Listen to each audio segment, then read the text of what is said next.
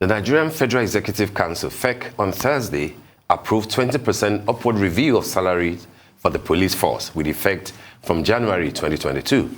The Minister of Police Affairs, Alhaji Megari Dingyadi, disclosed this in Abuja while speaking to newsmen at the end of the weekly virtual FEC meeting at the State House, presided over by President Muhammadu Buhari. The minister said the decision was part of the government's fulfillment of its promise made at the wake of the hashtag EndSARS protests.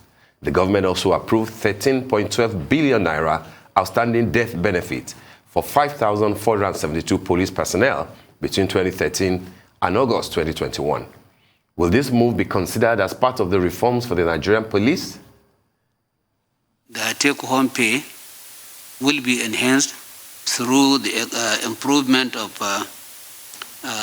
issues such as duty tour allowance, which has been reviewed from 6% to 60% of the new take-home pay. And Council has also approved payment of 1,120,172 naira 150 kobo for payment as outstanding benefits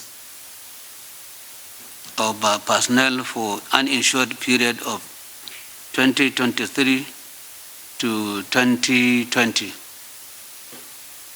2013 to 2020 that has not been covered under the group personal accident insurance. It has also approved the release of 13 billion naira, 127,000,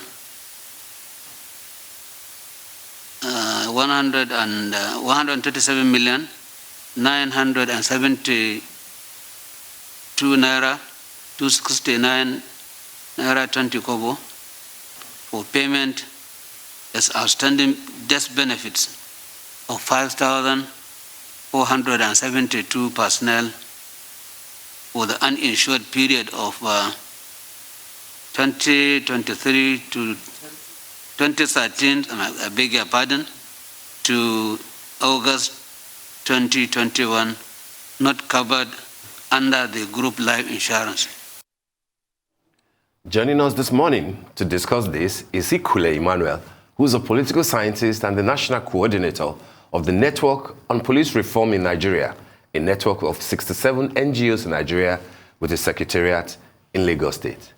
Good morning, Ikule. You're welcome to the morning show. Good morning. Good morning. I'm happy to be here. Thank you very much. Looks like there's some good news for the police.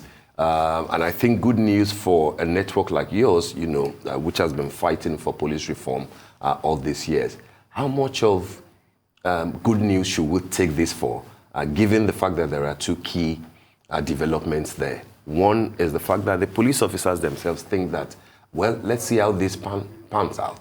Because in 2018, there were a series of increments in the salaries of the police that the president approved, which either, you know, were not paid in full or the force struggled, you know, to pay it. And then what is 20% for a constable earning about 45 to 50,000 naira? You're basically increasing his salary to maybe 54 or 56,000. It's something, but then is that what the police needs now at a time like this? On the 1st of October 1960, when Nigeria got independence, the whole country felt that it's an opportunity to actually put the police back on track from a colonial police to a more democratic police. But what we have seen, especially in the advent of military regimes that followed subsequently, have actually been lip service instead of actually the reforms itself. Okay. For 20% increment, just like you narrated, for someone earning around 50,000, it's approximately 10,000 more, 65. It adds nothing. Just 2 weeks back, I got a call from one of the officers. He earns 50,000, works in Ikeja, comes from Ishaga. Did you? Yeah. to Ikeja every day. So if you are saying to 1,000 per day, that's 30,000. And if you are saying, so if you are eating, let's say 1,000 again, that is 60,000 naira. He is married, he has to pay rent. How about the children's school fees? So by and large, it's more of lip service. Just like in 2018, November 2018, where the president said he has approved increment. It's high time we stop all this paper approval, just trying to get a name in the human rights, more like an upgrade, or to be rated better in human rights reforms, and actually be practical. It has come to a time where Nigeria, at how many years now, we should come together at the round table and make proactive reforms. Not every day we do like a rush work. Okay, 20%, and then the next 20 years or more. Just imagine that before last year, that the 2020 Act was signed, what the Nigerian police was using was a 1943 Act. Really? Yeah, a 1943 Act. So that means for this long duration of years, we are just beating around the bush. Instead of coming together as a team, doing complete reforms from recruitment process, from promotions to accountability, and then reflect it in also their salaries. The police on their own, certainly, they want to also live better lives. They are the ones guiding people, they are the ones securing lives. They also need to, they are also their right and mandate to live well, not that they come out, secure people, at the end of the day, they lose their life. Indirectly, what you are saying is, the value of life of a policeman is 50,000 naira. Because he loses his life just doing his work and being paid 50,000 naira. That's the salary of a constable, right? Yeah. You know? So if you look at that, it's a departure from what we should be looking at in this 21st century. And in a democratic dispensation. We are talking about democracy, freedom of rights, and all that. Police too are citizens. They should also be accorded their rights. Okay. You know what shocked me the most with the approval by FEC was the 1.2 billion naira that was approved for unpaid allowances. So these police officers have been working unpaid. I mean, how outstanding out loud, how does that happen? The police system is actually, it needs a lot of work. It needs a lot of work because there are a lot of persons. We are only giving example on those unpaid allowances. The other persons that have retired for a couple of years, they have no access to their pension funds. How about those that lost their lives? Have their family even been given the benefits accrued to the families? These are other issues. So for us, we are looking at, yes, it's a step, but we want it to be more purposeful, you know, not just for credit's sake. We are citizens. If we are looking at making the country better, we should actually think positive and make better steps to actually make that a reality, not just by lip service. So for us, we are looking at having a better PENCOM. We will actually be pushing because even from their perspective, it's normal that they should have their own pension, police pension commission, where their salaries, their retirement benefits will be given within a duration of time, not as it has been the situation. I actually did a brief work with an insurance company back then in 2013, where some of the officers, they were also on the PENCOM, Pension Reform Act. They were also guided, being part of the federal ministries. And at the point of retirement, after working for 35 years, most of these officers, some had less than 5 million. Is that gratuity or the contributory? Everything, the lump sum. The contributory pension? Yes, both their percentage contribution and the one for the federal government. Yes. Some were actually 3, some were 2, some were 5. So if you remove 15% or remove 25% and give to them, or 50% and give to them, what happens to, then the remaining, they will calculate it and be paying them monthly. But also, let's not also forget that these persons, at the point of retirement, how many police persons or officers can boast that I have a house? Most of them marry at that age. That means indirectly the children suffer because where are they going to get the funds to pay rent because they don't have a house, to pay fees, to feed. But this is a general issue to many people, civil servants, teachers, journalists who do not even have pensions anyway, you know, most of them. So you are addressing a malaise that affects nearly everybody, but of course with the police, because they are entrusted with protection of life. All citizens. Yeah, absolutely. But my question, though, based on what the minister said, you know, in narrating the approval from FEC, is that this is as a result of the promises that they made on the wake of the NSAS protest. Federal government is saying we're increasing salary, we're paying outstanding allowances, etc. It might not be the best that we want. It's coming just a few days after Lagos state government also released its own white paper, you know, after the submission of the report. Recall that the reports that were submitted, there were two. There was one that dealt strictly with police reforms, etc., not just the ones that became contentious and controversial. How have you assessed what the Lagos state government or the panel that was constituted, what they did and the recommendations they made? And how do you juxtapose that with what the federal government is doing now? Is that the right direction? Is it commendable? And where are the areas that improvements are needed? Lagos State have actually been at the forefront of, you know, making decisions in the criminal justice sector. Okay. Be it the ACJ, Administration of Criminal Justice Law, that was passed. They have actually reviewed it again. And then the federal government followed that up in 2015. Okay. As well as other legislations that they have passed. So they have always been trying to make the first step. Lagos State also passed, also have a security trust fund, yes, which the federal government also followed up with police trust fund in 2019. So I'll touch on that briefly before I go back.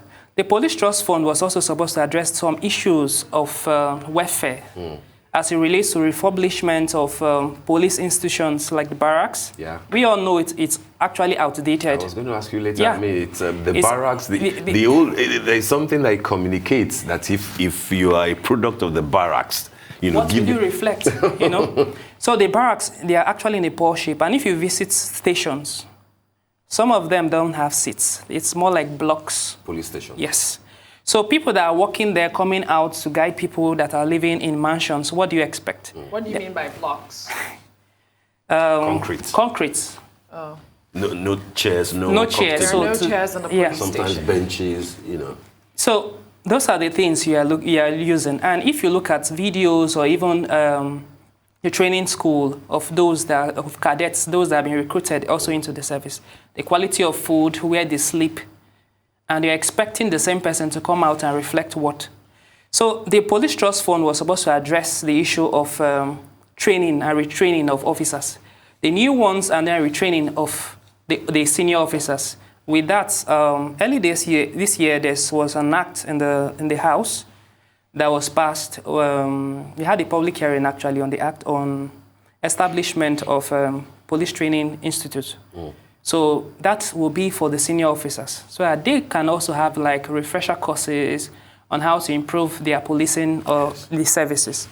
At the same time, the police trust fund was also supposed to address issues of kitting, also of armory. A lot of times you hear, okay, we don't have ammunition to go into the field. It was supposed to address this. And some money were released last year, and this year about 74 billion was also released. From the police trust fund? Yeah. Okay. And let's not forget that the police trust fund is more like a mandate. A particular percentage, 0.05% of Nigerian budget is supposed to be moved there. And all public private companies in Nigeria, they are mandated to contribute a percentage of monies to that account. It's statutory. Yes. And states and local governments are also supposed to contribute amount to their funds. And after the establishment of this particular trust fund, we had to still follow up with the federal government. Please get people to start working. Until this year again, they got people, they were inaugurated and they got money. But we were surprised that the first step they did was trying to get Buffalo cars. when you occupy an office, the first thing is, what are the reports on ground? Sometimes you do a little assessment. What are the needs assessment of these people? Yes. Right. Because the needs of police in the north will differ from those in the south. So, and then you get something, okay, this one goes to the north, this one goes here. But one among also, for priority's sake, we're also looking at, there were some police stations also being affected during NSAS. Yes. So maybe the first step would have been, let's put this in order. And part of the requirement was refurbishment of police institutions. So fix this in place, but instead they rush to get cars, and after then, what else? They have been quiet and silent. When you say Buffalo cars, is it for patrol? Is it for monitoring? Is it for personal use? Or they are for patrols. Slightly bigger than Hilux. Hilux, okay. Yeah, stronger. You don't think that they need such? They need, but in the priority of things. Absolutely. So, and then another thing again, concerning the reforms, there are a lot of things I know that are needed at this particular point in time. There's no day that you won't hear about the issue of police brutality, or you won't hear about citizens attacking police in one location or the other. That was going to bring me to my other question. Okay, With point 4 out of the 5-point demand was the psychological evaluation of these police officers in line with the new Police Act, right? How do you think the government has fared with that? I mean, what have they done so far? And how important is that? Part of the response and attacks on some of these stations was also the failure of the government to actually understand the needs or those points that were actually raised to them to actually implement. And then they also being able to decide, okay, we are the government, we decide, or we are heading, so we decide how it works. That was what led to attacks on stations. Let's not forget that period before those attacks on stations, a lot of these police stations were being used to victimize. Let me use that word, being used to victimize citizens. Some were more like extortion units. A lot of stations actually arrested bikes, even in areas where they were not directly in Abuja or Lagos. They arrested bikes, and minimum they collect to release your bike will be 20,000 naira. Where's the money going to? So these persons at this particular time, those victims, sought that as an opportunity to retaliate. So that was another issue. It was just that it was only in the southern part of the country that the police officers and police institutions were attacked, not anywhere in the north. Yeah, because also, like in the north, there were also other issues, banditry, among others, that have been existing over time. But that one won't go in detail into that very issue. But concerning back also to the areas of reforms, a lot of requirements, 5 points were made that federal government, please do something about these persons. Yes. Knowing fully well that SARS was actually formed to address issues of robbery. Yes. Now, they went rogue and were doing things that were contrary to what the aim in which they were formed in the first place. So calling them to order. Some of them, not all of them. Majority of them. Yeah. We normally do, every year we do, we document cases of abuses from different states. We have 67 member organizations in different states. So it means we get data from different states. So it was not just something of South. It was, but there are also a lot of issues that are underreported. So from this different feedback that we got, outside SARS, there were also other departments that were also involved in these abuses and brutality. Yes, we admit to that fact. But it was particular about SARS. So now, in recalling them to Abuja for physical examination, mental examination and stuff, the first question is, do we have the capacity to do that? Secondly, was it done in the first place? These are the issues that the citizens were willing, to see. That yes, the government was actually flowing in line with them and actually wants this to happen. It never happened. Immediately when SARS was disbanded, they formed SWAT. Immediately. A lot of people were not happy with the situation. Moved the same personnel. So you're saying that never happened, the psychological overload? It didn't happen. None of that? It didn't happen. And the new Police Act of 2020, actually empowers the police to actually recruit certain persons with special skills to assist. Right. So certain situations like this, you can get those persons that it's actually their area of specialization to help or assist. It's in the act already. Yes. But I don't know why it's always hard to do the right thing. We make a lot of sweet laws and good laws, but the problem have always been implementation. So if that was done, it would have actually also helped a lot of persons. Right. That's it. I aided in carrying out an assessment on Anti-Torture Act for Lagos. Okay. Lagos is among the first states that gets benefits on capacity on different laws. But you'll be shocked that about more than 50% of police officers in Lagos, those that participated in the assessment, they didn't have an idea that there's a law like Anti-Torture Act. Wow. So if you don't know that a law exists, how can you protect or ensure the implementation of this act, which prohibits all forms of torture? Ikule, let me ask this question before we go, because we have barely 2 minutes or thereabout. If we are still struggling with remunerations for the police, it looks to me like it will take a very long time to be able to be at par with other countries of the world that are in sync with what the United Nations recommend as to the number of police officers needed to police a set of people. We have 450,000 police officers in Nigeria guarding 200 million people. About 15% of them are guarding individuals, police for hire, celebrities, VIPs, politicians, state officials, etc. And then 450,000, it means that we're failing woefully on the recommendation of having 300 police officers to 100,000 population. If we are still struggling to pay 50,000, 60,000, at what point we will be able to beat our chest and say that we have enough and adequate police? The first thing is, do we even have up to 450,000 police officers? When was the last time there was recruitment in the Nigerian police? We have about 300 and something thousand, not even up to that 450,000. Then it's expected that there were some reforms or certain documents that were at one time or the other being done by a certain group of persons. Even at the level of NOPRIN, also held a state summit in 2004 and made recommendations. We cannot be able to recruit maybe 100,000 at once. But what happens? Maybe every year 10,000, every year 10,000. Before you know, the numbers add up. Let's not also forget that outside number of years that there have been no recruitment, there have been a lot of officers retiring each year. That's right. Killed too. Yes. So others have been killed. So that means the numbers are even have reduced again.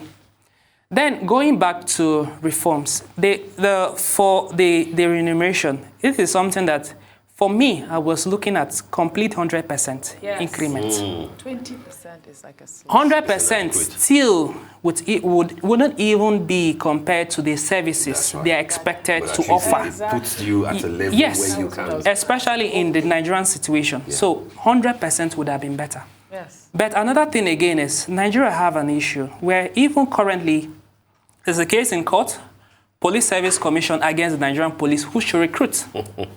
This is another issue. So there are a lot of things to be done. There's supposed to be like a safeguarding policy that guides who we recruit in the first place. If a foundation is not well, it means the whole building will have an issue. So there should be like a policy that guides who and the criteria needed and guides who we put into the police in the first place, because there will be a reflection of the environment they are coming from. Yeah. So outside the recruitment, the place they are even recruited, what is the curriculum like? Yeah. So after the capacity, when they enter also into the service, there should also be refresher and courses. Also, during the course of their trainings, what is the criteria for promotion?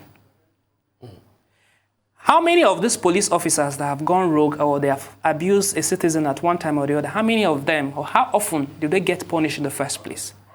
2 years back, a year back, I went for a field assessment, a field investigation in Benue State, just among others of certain citizens that were being oppressed by the police.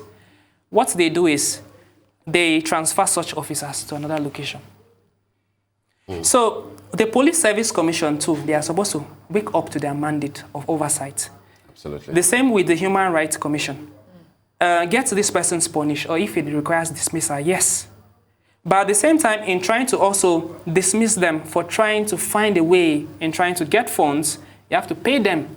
Now we are paying you a better amount for your services. Yeah. So with this, do the right thing. If you don't do it, we'll retrench or we'll punish you, and that moves. And then promotion should be based on competence. Reward for hard work, not lip service. And then the particular group of persons, the criteria needed even for appointment of persons into position, like for the position of the IG, in the first place. The right process was not followed. Well, that's politics. Ikule, we want to thank you very much for this very engaging discussion. But I hope, of course, that you do not have a police orderly attached to you because you're a friend of them. No. Otherwise, that would be counting as part of... I won't even advise it. And for us, Network on Police Reform in Nigeria, NOPRIN Foundation, we actually work in trying to advocate for the rights of police officers. At the same time, we try also to get reports on cases of abuses of the Nigerian police to actually assist access to justice. So sometimes we also share a number that can be helpful in times where people have issues. They can work with us. Okay. So we 081 6717 8486. I repeat, 081 6717 8486. Thank you very much, Thank you very Ikule. much. And it's been nice for all speaking the work with you. that you do. Thank you so much. I appreciate it. Joining us.